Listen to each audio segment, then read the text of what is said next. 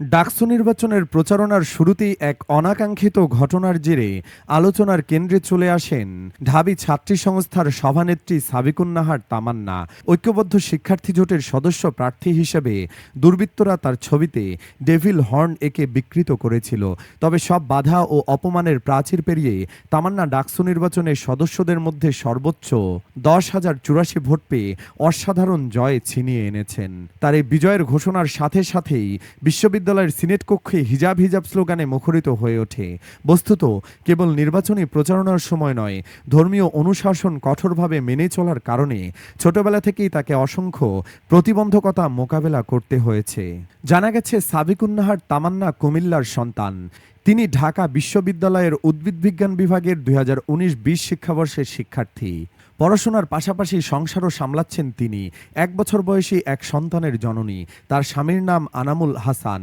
তিনি ডুয়েটের সাবেক শিবির সভাপতি। আনামুল হাসান সাবিকুন নাহার তামান্নাকে ট্যাগ করে একটি পোস্ট করেছেন, যা ভাইরাল হয়েছে।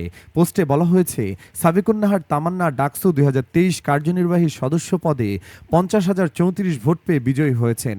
পোস্টে তার এই বিজয়কে হিজাব ফোবিয়ার বিরুদ্ধে সাধারণ শিক্ষার্থীদের নীরব সমর্থন হিসেবে উল্লেখ করা হয়েছে। যাই হোক, জানিয়ে রাখি, এসএসসি ও এইচএসসি পরীক্ষায় অর্জন করেছিলেন জিপিএ 5। জানিয়েছিলেন বাবার চাকরি সূত্রে 2015 সালে গাজীপুরে এসে একটি স্কুলের 9ম শ্রেণীতে ভর্তি হন তামান্না। এই সময় ধর্মীয় অনুশাসনের কারণে নতুন অভিজ্ঞতার মুখোমুখি হতে হয় তাকে। সে থেকে নিয়ে বিশ্ববিদ্যালয়ে নানা প্রতিবন্ধকতা পেরিয়ে এসেছেন তিনি।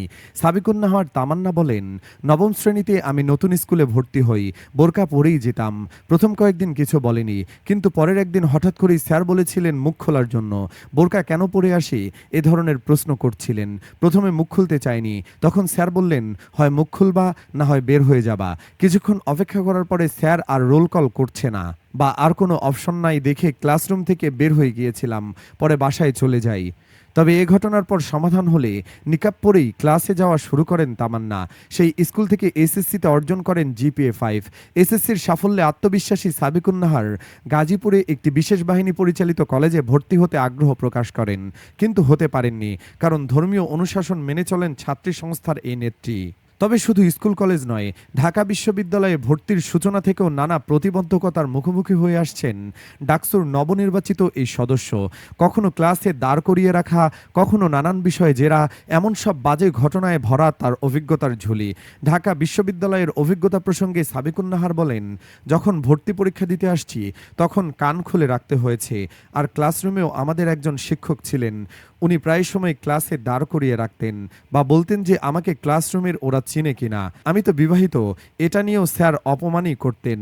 এত অল্প বয়সে কেন বিয়ে করলাম, আমরা মডার্ন না, এরকম কথা বলতেন। পরীক্ষার হলেও একবার ঝামেলা করেছে। উনি এরকম বলেছে যে মুখ ঢেকে রাখি, এজন্য উনি সাইন করবেন না, বা আমার অ্যাডমিট কার্ডে যে ছবিটা আছে এটা কিভাবে মুছে ফেলবো, উনি তো এটাও দেখেছেন, এরকম বলেছিলেন। তবে কটূক্তি আর প্রতিবন্ধকতা ডিঙিয়ে আসার চ্যালেঞ্জটিকে খুব কঠিনভাবে নিতে হয়নি সাবিকুন নাহার তামান্নাকে। জামায়াত ঘনিষ্ঠ পরিবারের কারণে ছোট থেকে চ্যালেঞ্জ নিতে শিখেছেন বলে তিনি মনে করেন। ফলে সংসার সামলেও পড়াশোনা চালিয়ে নেওয়া আর ছাত্রী সংস্থার মূল নেতৃত্বে উঠে আসা থেকে ডাকসু পর্যন্ত জার্নিটা মোকাবেলা করেছেন বলেই জানান তিনি। বলেন, আমরা ছোট থেকেই চ্যালেঞ্জের মধ্যেই ছিলাম। যেহেতু আমাদের পরিবার ছিল সাংগঠনিক এবং আমি ছোট থেকে ছাত্রী সংস্থার সাথে জড়িত। বন্ধুরা, এত বাধা বিপত্তির পর ডাকসু নির্বাচনের সময় পোস্টারে শিং এঁকে দেওয়া হয়েছিল, কালি মাখিয়ে চোখ মুখ বিকৃত করা হয়েছিল। অপরাধ একটাই, সে হিজাব পরত, বোরখা পরত। কিন্তু সব সহ্য করা সেই তামান্নাই ডাকসু নির্বাচনে পেল 10,000-এর বেশি ভোট। তার নাম ঘোষণার সাথে সাথে গর্জে উঠল ক্যাম্পাস, হিজাব হিজাব, হাততালি উল্লাস স্লোগানের মাঝে। তামান্নার চোখ ভিজে গেল। তামান্নার এই জয়ে আপনারা খুশি কিনা জানাতে পারেন মন্তব্যের ঘরে। ধন্যবাদ।